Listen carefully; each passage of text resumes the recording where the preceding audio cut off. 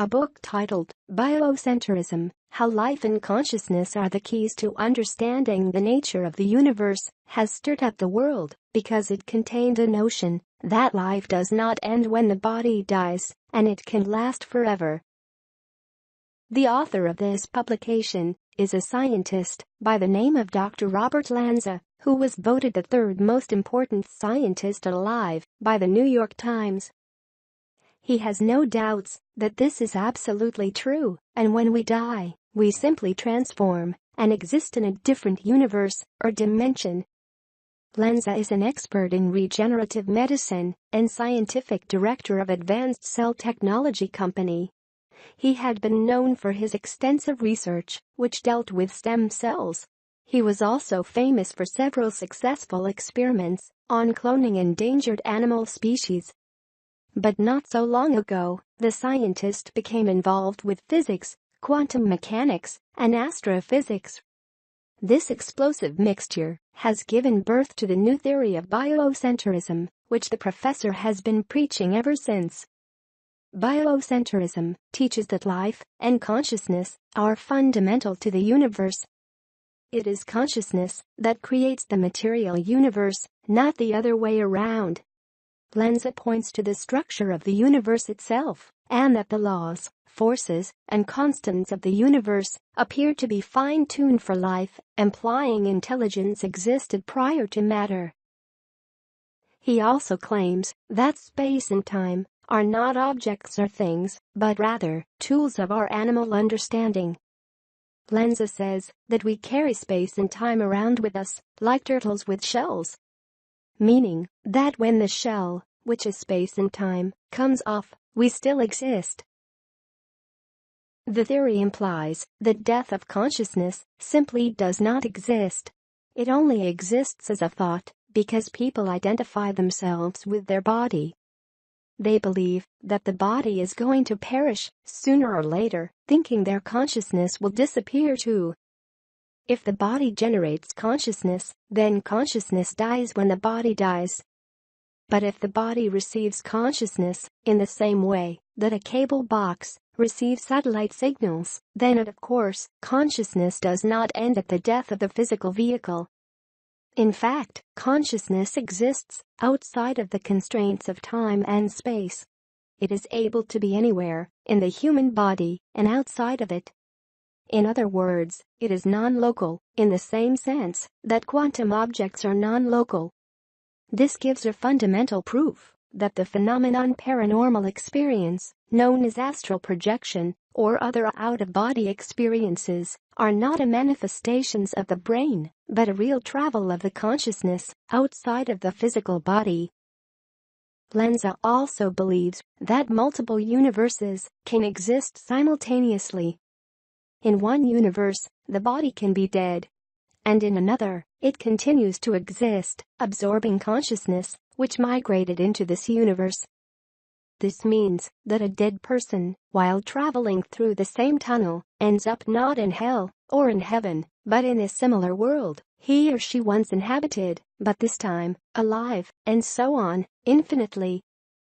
This hope-instilling, but extremely controversial theory by Dr. Robert Lanza has many unwitting supporters, not just mere mortals who want to live forever, but also some well-known scientists. These are the physicists and astrophysicists who tend to agree with existence of parallel worlds and who suggest the possibility of multiple universes. Multiverse, multi-universe, is a so-called scientific concept which they defend. They believe that no physical laws exist which would prohibit the existence of parallel worlds. The first one who came with the multiverse idea was a science fiction writer, H.G. Wells, who proclaimed in 1895, in his story, The Door in the Wall. And after 62 years, this idea was developed by Dr. Hugh Everett in his graduate thesis at the Princeton University. It basically posits that at any given moment, the universe divides into countless similar instances, and the next moment, these newborn universes split in a similar fashion. In some of these worlds, you may be present, watching this video in one universe, or watching TV in another. The triggering factor for these multiplying worlds is our actions. If we make some choices, instantly, one universe splits into two with different versions of the outcomes. In the 1980s, Andrei Linde, scientist from the Lebedev's Institute of Physics, developed the theory of multiple universes. Linde explained that space consists of many inflating spheres, which give rise to similar spheres, and those in turn produce spheres in even greater numbers, and so on to infinity. In the universe, they are spaced apart. They are not aware of each other's existence, but they represent parts of the same physical universe. The fact that our universe is not alone is supported by data received from the Planck Space Telescope. The Planck mission, launched on May 14, 2009, and is measuring the cosmic microwave background, all for a broad range of far-infrared wavelengths and to an unprecedented accuracy.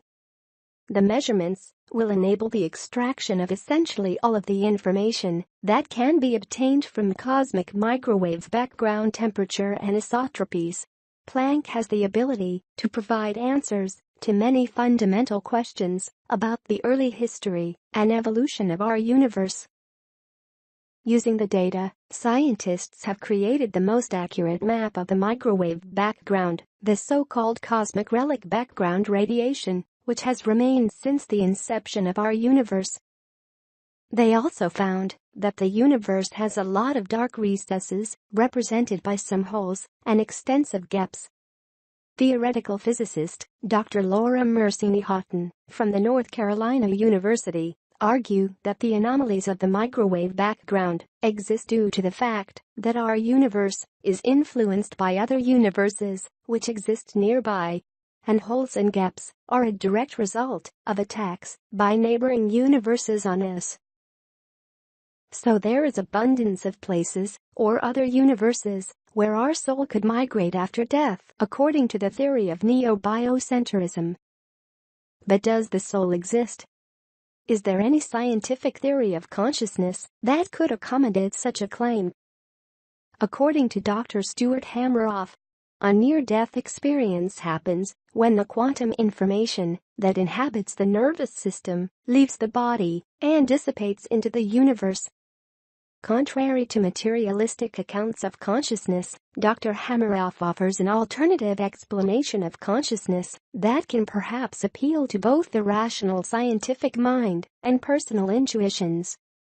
According to Dr. Stuart Hameroff and a British physicist, Sir Roger Penrose, the consciousness resides in the microtubules of the brain cells, which are the primary sites of quantum processing.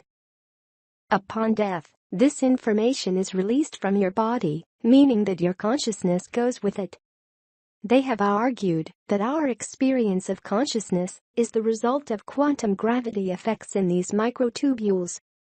Consciousness, or at least proto-consciousness, is theorized by them to be a fundamental property of the universe, present even at the first moment of the universe, during the Big Bang. In one such scheme, proto-conscious experience is a basic property of physical reality, accessible to a quantum process associated with brain activity. Our souls are in fact constructed from the very fabric of the universe and may have existed since the beginning of time. Our brains are just receivers and amplifiers for the proto-consciousness that is intrinsic to the fabric of space-time. So is there really a part of your consciousness that is non-material and will live on after the death of your physical body? Dr. Hameroff stated the following. Let's say the heart stops beating, the blood stops flowing, the microtubules lose their quantum state. The quantum information within the microtubules is not destroyed. It can't be destroyed, it just distributes and dissipates to the universe at large.